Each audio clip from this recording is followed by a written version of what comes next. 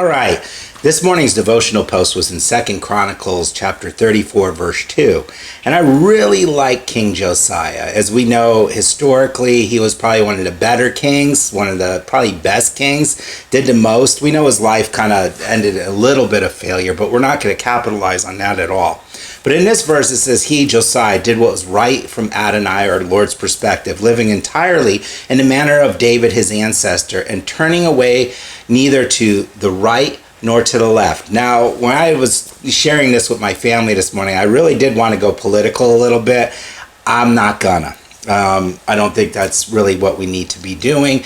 The political debate in our world is pretty hot, especially here in America. So I'm trying to stay away, but I'm going to give some advice. Here we see Josiah doing what's right in God's way. He's looking towards the Lord. He's not looking to the left and not picking on Democrats, but guess what? Some of their views are pretty wacky. They're not God-centered. And not to show favoritism, if we look to the right, some of the Republicans, their views are kind of goofy and wacky. They're only well when they're looking to the Lord and they're focused upon the Lord. And that's what we should be doing.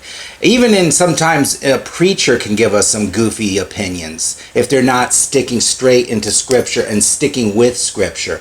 Us as believers, as I've shared just recently, we need to take and go through the Word in a very concise and consecutive order. Do not jump around looking for things to just fit your opinion or your daily needs. There's a verse that could fit about anything if you wanted to. But here King Josiah, he is doing straight ahead with the Lord. He's going right after, hard after the Lord, and he's not turning to the left or the right. And I was thinking about that a little bit more and in depth. And in Matthew chapter 14, we know Jesus feeds the 5,000, and we know that great story in the Galilee, and he puts his disciples in the boat and sends them out into the sea. And in my personal belief, Jesus goes up to Mount Arbel, and he's looking down at them going, let's do something to like shake them a little bit and see where they're at. And he puts some contrary waves, and next thing they know, they're boat, and they're kind of panicking a little bit, and they look off, and Peter sees, hey, is that you, Jesus? Call me out to you.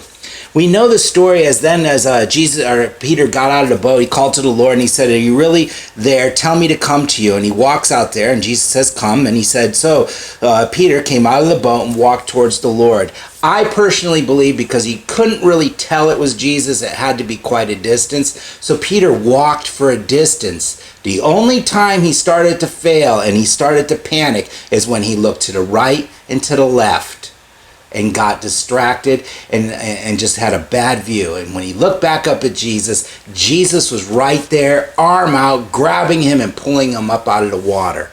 The same goes for us. Life can be rough. Life can be difficult. And if we're jumping around looking all over for an answer, we're going to be messed up. But if we look to Jesus, the author and the finisher of our faith, the creator of the universe, if we look to him, we will never be let down. His arm's always going to be out there ready to grab us and pull us up.